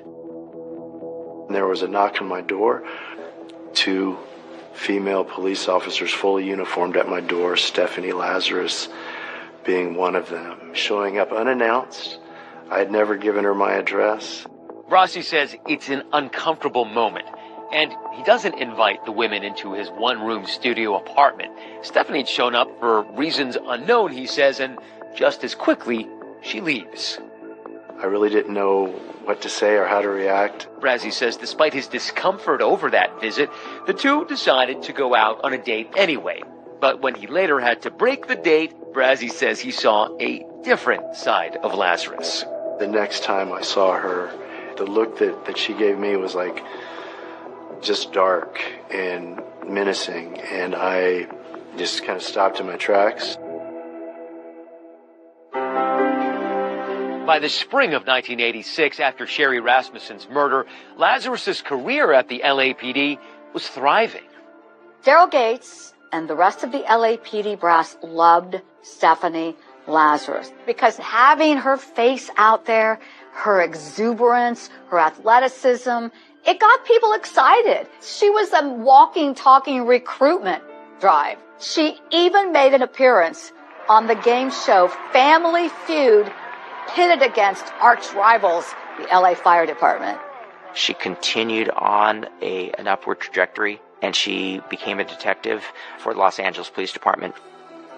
In 1992, she was assigned to the Personnel Division as a background investigator, someone interviewing and passing judgment on applicants to the LAPD. It seems eventually Stephanie puts John Rutten behind her. She marries another police officer, and the couple adopt a beautiful young daughter. One of her last assignments was to be assigned to the art theft detail, a very specialized division. The art theft detail investigated anything that was of value that was stolen as art. At the time, the unit was the only one of its kind in the country, and with its rich and famous clientele, attracted local media attention. I was a contributing writer to the LA Weekly, and I had heard about Don Harisik, who ran the art theft detail. So he reluctantly agreed to do an interview with me. Also in attendance, the junior member of the unit, Detective Stephanie Lazarus. Every time I talked to Don Harisik, Stephanie Lazarus interrupted me, and she kept interjecting snide, sarcastic, and semi-humorous comments after my questions. It was extremely disruptive. I asked Detective Lazarus, what do you know about art? And her answer was, it hangs on the wall. By 2009, the future looks bright for Stephanie Lazarus. She has a family now and is working in a prestigious unit. She seemed like the happiest, luckiest person in LAPD. All seems great. She has no clue that a net is closing in around her.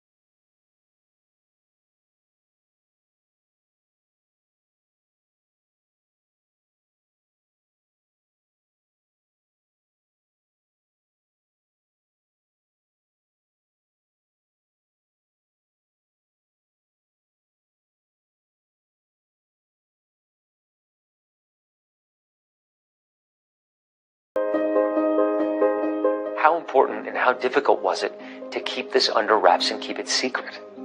The detectives took every effort to scrub her name from their investigation. Any references to her at that point were only oblique references like suspect number 5. You know, it's difficult to track your own and know that one of your own has been accused of a crime or something illegal. And to complicate matters, Lazarus's office is right down the hall from robbery homicide. So the determination was made to not contact Stephanie Lazarus directly and to collect a sample of her DNA surreptitiously. This is where the Special Investigations Section comes into play. Now, this group, SIS, their job is watching Stephanie, following her, and get evidence. As luck would have it, she went to Costco a couple days after the surveillance had started, and she had a drink. And once she discarded that drink, the officers were able to collect her cup without her knowing it. And when you collect the DNA from the cup, you match it against whoever the suspect number 5 is, what did they get? They matched her DNA to the bite mark sample. Can you imagine that moment? After all these years, and now we know the answer is behind a badge. The DNA is a match, but cold case detectives still have to confront her face to face. One of the detectives approaches Stephanie one day in her office, and he says something to the effect of, Stephanie, we've got this suspect who seems to know about some big art heist. He's down in the lockup. We need to bring you down there. Instead, it was just another detective. And so that was the stage that was set for that interview. We've been assigned a case that we've been looking at. Okay. It's a new case. So through the course of this police interview with Stephanie Lazarus, they are recording. She doesn't know. Do you know John Rutten? Rutten? John Rutten? Rutten. Oh, yeah, I went to school with him. What's this all about? Well, it's relating to his wife. Immediately, they start talking about the Sherry Rasmussen murder. Do you know what the circumstances were regarding her death? Jeez, let me think back. I don't know if it was, if it was a burglary or something. She's using every skill she has to talk her way out of being connected to this in any way. Connected to the crime or her old flame, John Rutten? We dated. I can't say that he was my boyfriend. I don't know that he would consider me his girlfriend. The detectives were able to get Stephanie Lazarus to confirm that she had gone to her hospital to speak with Sherry Rasmussen. And yeah, I may have met her at a hospital. But being that you're kind of used to see John, was it everything okay between you guys? I mean, there wasn't anything uncomfortable or anything between you and her? I don't know. I mean, it's been so many years. You're probably a student of liars at this point in your career. Does that seem like a particularly adept liar to you? It was gold for us because we had all of the evidence that disproved everything that she was saying. Finally, when they say to her, we think we've got DNA from the crime scene, boom. Because now I'm thinking I probably need to talk to a lawyer. Okay. I mean, well, because I know how this stuff works, okay? She knows. She absolutely knows. She knows at that point that she talked way too long. And now it almost sounds like you're trying to pin something on me. When the interview ended, you can hear her getting arrested. Stephanie, you know you have the right to remain silent. Do you understand? Yes. You want to talk to us right now? No. All right. Okay. This is crazy. At this point, had you heard the name Stephanie Lazarus? No. The only Lazarus I knew was the man raised from the dead that Jesus did. That's it. This is the case that rose from the dead. Yeah, it did. On the 3rd floor of Parker Center this morning, police detectives arrested one of their own. Detectives assigned to the Los Angeles Police Department's Robbery Homicide Division, Cold Case Squad, arrested Los Angeles Police Detective Stephanie Lazarus. It's crazy that you've been working just down the hall from the murderer you'd been looking for years. Yes. Stephanie Lazarus didn't quite serve and protect, did she? No. When they said it was a police officer, I went, you're kidding. Absolutely kidding. A police officer committed this crime. I couldn't imagine that. I was very shocked, but I also know how effective DNA testing is. And it kind of made me realize that, yeah, Stephanie must have committed the murder.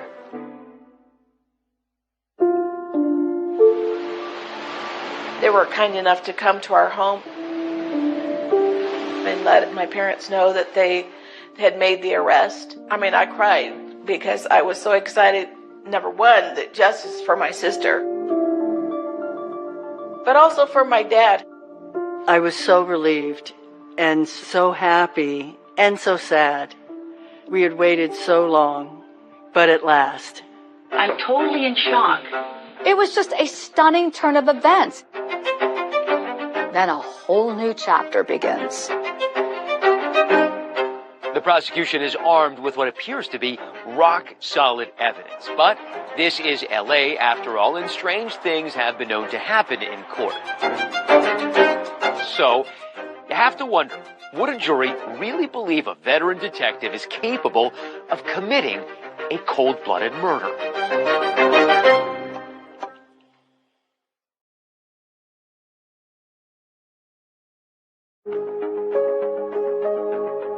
26 years after Sherry Rasmussen was murdered, the Stephanie Lazarus case finally comes to a courthouse here in downtown Los Angeles. A Los Angeles police detective accused of murdering her rival.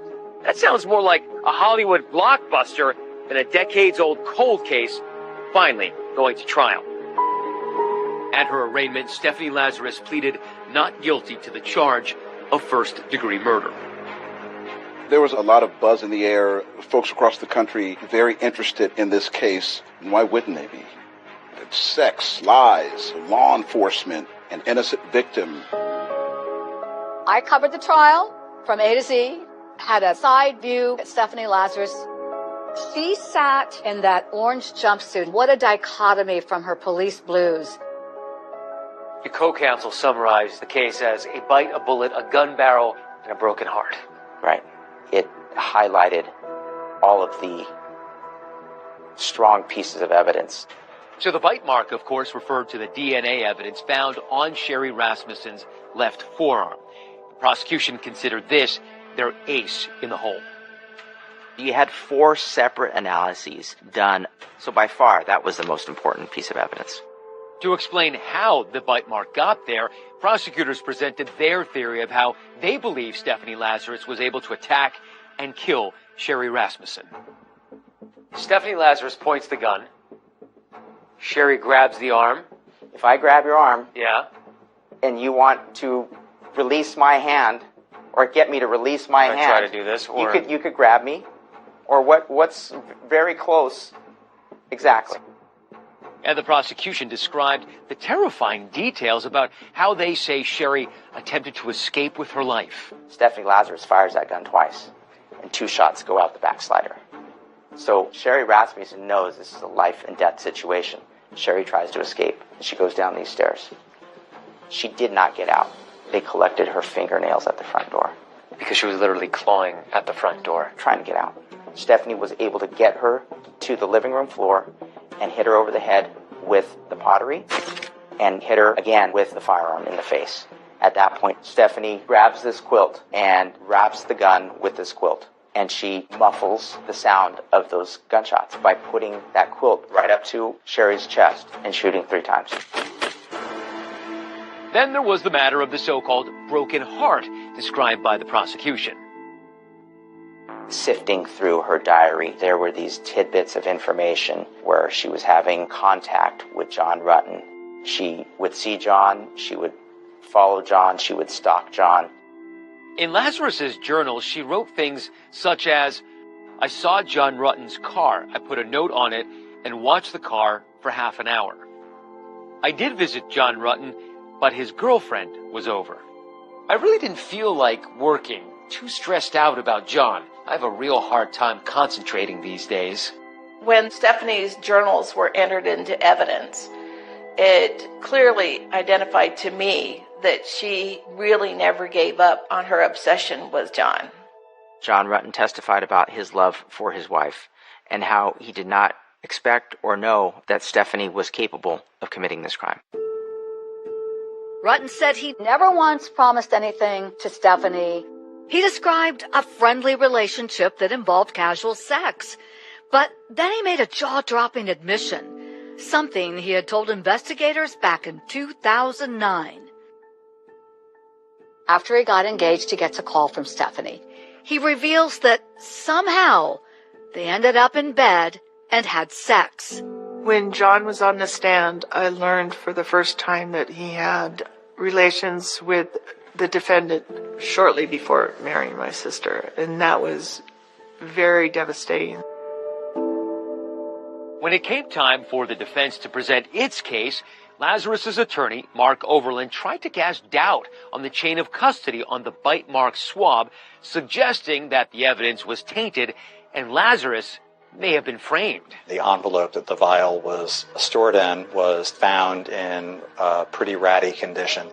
He showed it to the jury. Would you trust this? You don't know who opened that vial. The strength of this evidence is that each piece was collected over a course of a long period of time, which would have made framing Stephanie Lazarus extremely implausible, if not impossible. In his closing argument, defense attorney Mark Overland claimed those journal entries didn't amount to obsession, arguing John was mentioned only 5 times among almost 600 pages. After almost 3 weeks of trial, the case went to the jury. They returned with a verdict in less than 2 days. The jury, in above entitled action, find the defendant, Stephanie Eileen Lazarus, guilty of the crime of murder of Sherry Rasmussen. It was just like a rush of relief that it's over. Relief for my father that he finally was vindicated and he had his answers. Stephanie Lazarus' sentencing hearing was held in March of 2012. So People versus Stephanie Lazarus. Matter is set today for sentencing. A statement from Nels Rasmussen was read by the prosecutor. Sherry was a beautiful, talented, gifted person and a loving daughter. Her senseless death caused pain that will never, ever heal. And John Rutten tried to describe the heavy burden it seems he will carry for the rest of his life. John Rutten. The fact that Sherry's death occurred because she met and married me brings me to my knees. I have resigned myself to trying to endure the daydreams about a world where Sherry is still with us, and this pointless tragedy never occurred. Thank you, Mr. Rutten. The judge is about to announce Stephanie Lazarus' sentence for first-degree murder and use of a gun. Court will now pronounce sentence. But this case is far from over.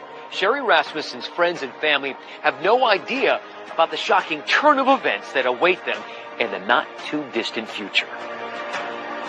Will a killer walk free?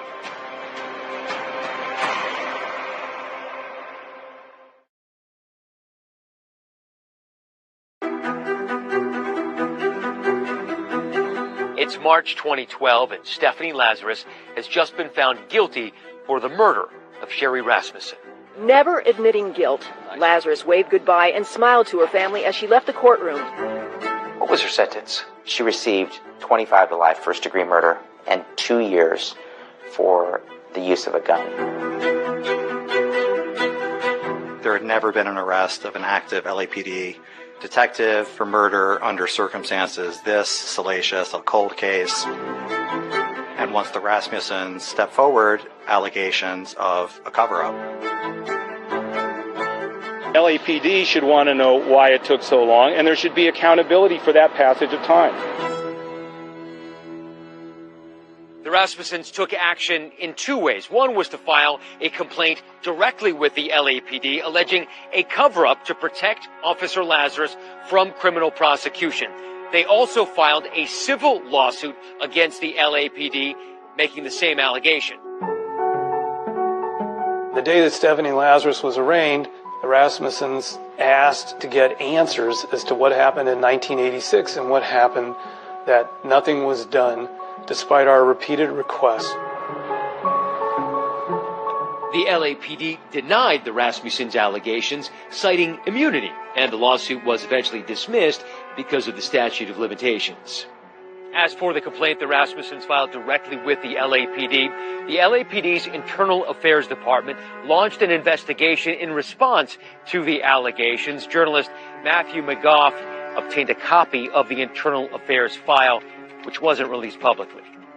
A total of 6.8 hours were devoted to trying to determine whether or not Stephanie Lazarus was protected in an internal cover-up. More than a year passed before it was closed, with no one being interviewed, no investigative conclusions. The Rasmussen complaint was classified as unfounded because the judge had dismissed the LAPD from any liability. 2020 reached out to the LAPD with questions about the handling of this case, and they declined to comment. While the Rasmussen family continued to raise questions about why Lazarus was not arrested for so long, they were certain that she'd spent at least decades behind bars. But just last November, there was a development that took everyone by surprise.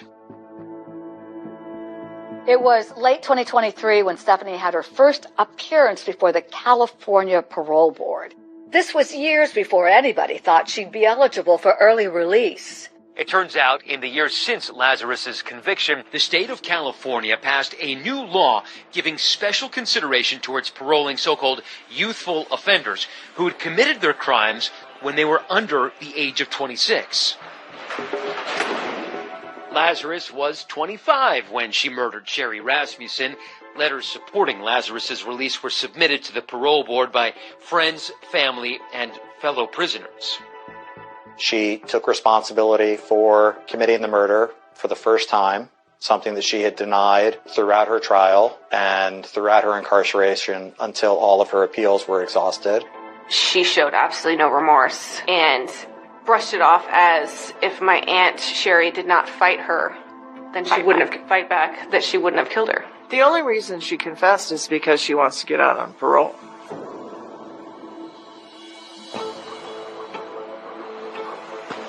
And at the conclusion of that parole hearing, Lazarus, to the outrage of many, was granted parole.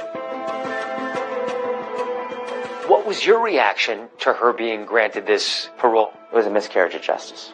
However, before that decision became final, California Governor Gavin Newsom intervened in the case and requested it go to the full parole board for reconsideration. Have you made it your mission to try to keep Stephanie Lazarus behind bars? Yes. I mean, I'm going to do everything in my power. In a follow-up hearing with the full parole board, Sherry's supporters came out in force to argue against Lazarus's release. Moderator, we will now take speakers in opposition to Stephanie Lazarus. She deceived and lied to everyone for almost 40 years.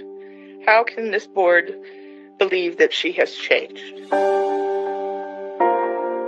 Before he died, Sherry's father, Nels Rasmussen, recorded a video message to be played in the event that Stephanie Lazarus ever came up for parole. If one looks at the damage that she did to my daughter's face, it's almost like she wanted to destroy the beauty that Sherry exuded. The board's earlier decision to approve parole was put on hold pending yet another review. I say expect the worst and prepare for our next step when that happens. And what's that next step? Just keep fighting. For the family and everyone else concerned, the day has arrived where we'll find out if Stephanie Lazarus is released or remains behind bars.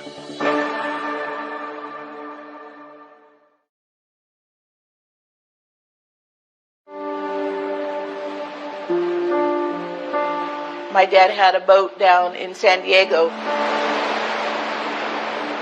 We enjoyed the ocean and the beaches. Was part of your father lost when the killer wasn't found? I think I would say yes. I mean, she was just glued to my dad. We have lots of pictures of them just arm in arm. And you never stopped fighting for her? Nope, never.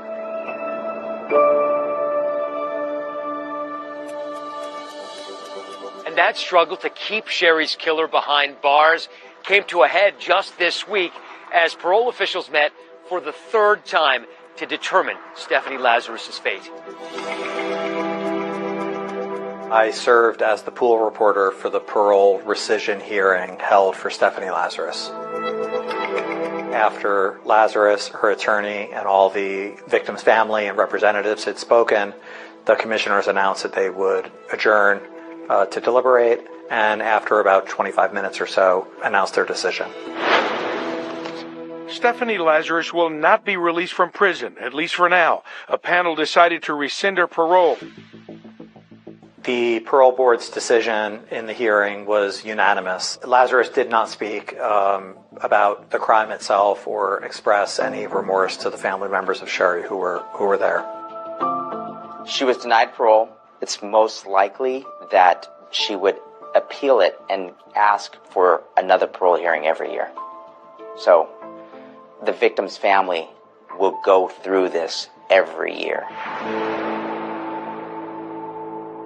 And as long as Stephanie Lazarus tries to win her freedom, Teresa, Connie, and their children say they'll continue the fight to keep her behind bars. Teresa and I have continued to battle on behalf of our sister, Sherry. We really have to keep her in because she has no regard for what she did. She does not have remorse. I remember promising my grandparents that we would always continue the fight. We're fortunate enough to have 3 children, all girls. Sherry was the middle one. But in many respects, Sherry was the one that held not only her sisters together, but her mom and dad.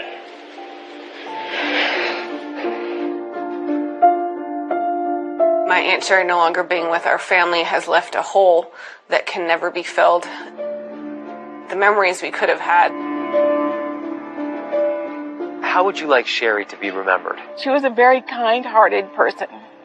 She was funny.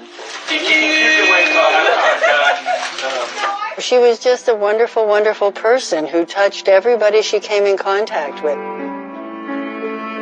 I think about her every day. I mean, I have this picture in my house. I wake up, I see her. I don't think Sherry is ever gone. She's always here.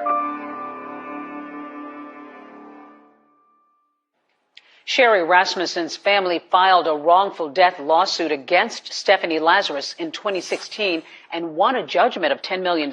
It'll be 4 months before Stephanie Lazarus is eligible for a new parole hearing. That is our program for tonight. I'm David Muir. Thanks for watching. And I'm Deborah Roberts. From all of us here at 2020 and ABC News, good night.